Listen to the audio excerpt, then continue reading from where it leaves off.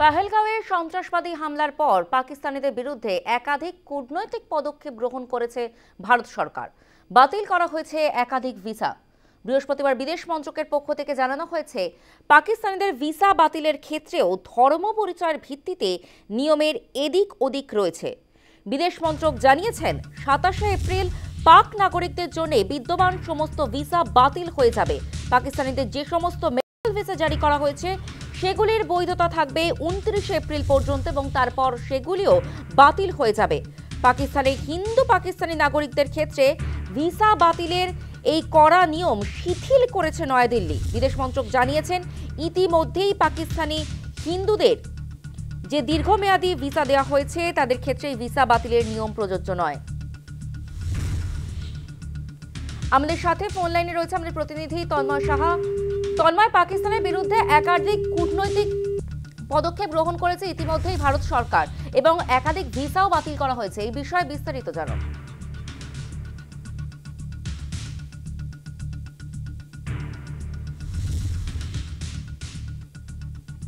বিদেশ মন্ত্রকের বিবৃতিতে বলা হয়েছে, 27 এপ্রিল পাক নাগরিকদের জন্য বিদ্যমান সমস্ত ভিসা বাতিল করা হয়েছে এবং পাকিস্তানিদের যে সমস্ত মেডিকেল ভিসা জারি করা হয়েছে সেগুলির বৈধতাও থাকবে শুধুমাত্র 29 এপ্রিল পর্যন্ত। তবে পাকিস্তানের হিন্দু পাকিস্তানি নাগরিকদের ক্ষেত্রে ভিসা বাতিলের এই কড়া নিয়ম শিথিল করেছে নয়াদিল্লি।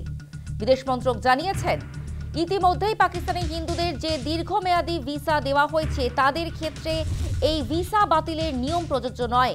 ভারত সরকারের এই সিদ্ধান্তের পরও সেগুলি বৈধ থাকবে, এমনটাই জানানো হচ্ছে বিদেশ মন্ত্রকের তরফে।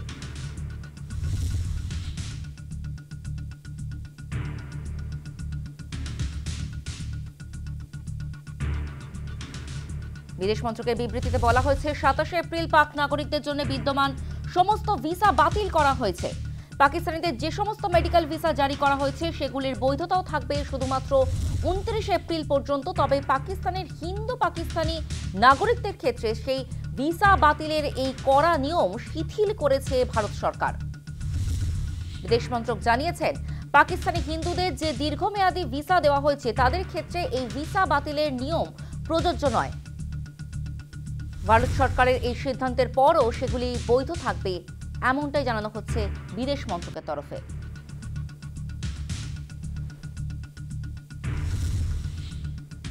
পাকিস্তানের বিরুদ্ধে ইতিমধ্যেই একাধিক কূটনৈতিক পদক্ষেপ গ্রহণ করেছে ভারত সরকার।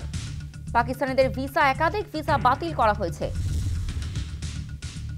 বিদেশ মন্ত্রকের বিবৃতিতে বলা হয়েছে, 27 এপ্রিল পাক নাগরিকদের জন্য বিদ্যমান সমস্ত ভিসা বাতিল হয়ে যাবে। পাকিস্তানিদের যে সমস্ত মেডিকেল ভিসা জারি করা হয়েছে সেগুলির বৈধতা থাকবে শুধুমাত্র 29 এপ্রিল পর্যন্ত। তবে পাকিস্তানের হিন্দু পাকিস্তানি নাগরিকদের ক্ষেত্রে আমাদের সঙ্গে ফোন লাইনে রয়েছেন আন্তর্জাতিক সম্পর্ক বিশেষজ্ঞ রাজা গোপাল ধর চক্রবর্তী। আপনাকে নিউজ টাইমে স্বাগত।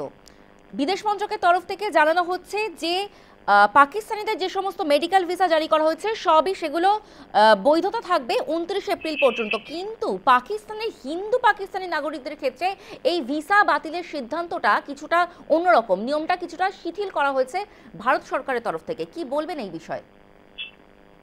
হ্যাঁ, ভারত সরকার তো যে আইনটা করেছে সিএএ, সেখানে তো এই ধরনের একটা পার্থক্য রেখেছে যে হিন্দুদের সঙ্গে বা যে সমস্ত হিন্দু বৌদ্ধ জৈন পার্সি তাদের সঙ্গে মুসলমানদের একটা পার্থক্য রেখেছে। এই বৈষম্যটা আমরা লক্ষ্য করেছি, যেটা শুরু হয়েছে, আগে ছিল না।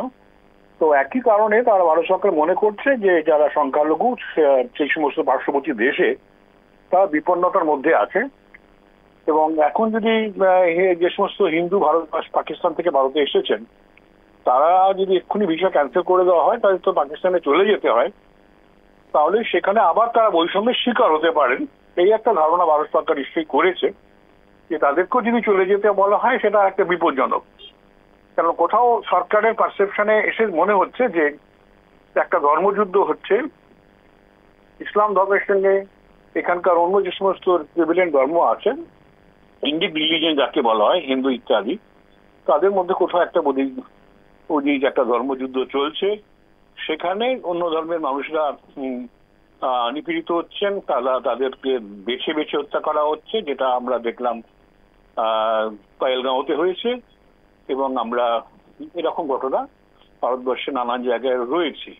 তাই জন্যই বোধহয় এই শিথিলতা, এটা হয়তো ভারত সরকারের কাছে অনুরোধ এসেছে হতে পারে, এবং ভারত সরকার নিঃসন্দেহে চাইবে না যে যাদের এমন একটা সিদ্ধান্ত নিলাম যেটা ভারত সরকার অন্য আইনের থেকে, সিএএ আইনের এটা পরিপন্থী হয়ে যাবে যদি যারা বলে হিন্দুদের, খালি হিন্দুদের ছাড়াও যদি যারা জৈন পার্সি যাদের সিএএ আইনে ছিল তাদের একসঙ্গে ব্যাপারটা যদি করা হতো তাহলে ভালো হতো। অথবা আহমদিয়া যারা পাকিস্তানে তারা খুবই উৎপীড়িত, তাদের কেউ কেউ অনেকেই ভারতে আছেন, তাদেরও সংক্রান্ত যদি এই ধরনের শিথিলতা থাকে তাহলে আইনটার বড়বেশটা থাকে, এবং তারা তারা দেশে ফেরত গেলেই কিন্তু তাদের উপর উৎপীড়ন করার সম্ভাবনা থেকে যায়।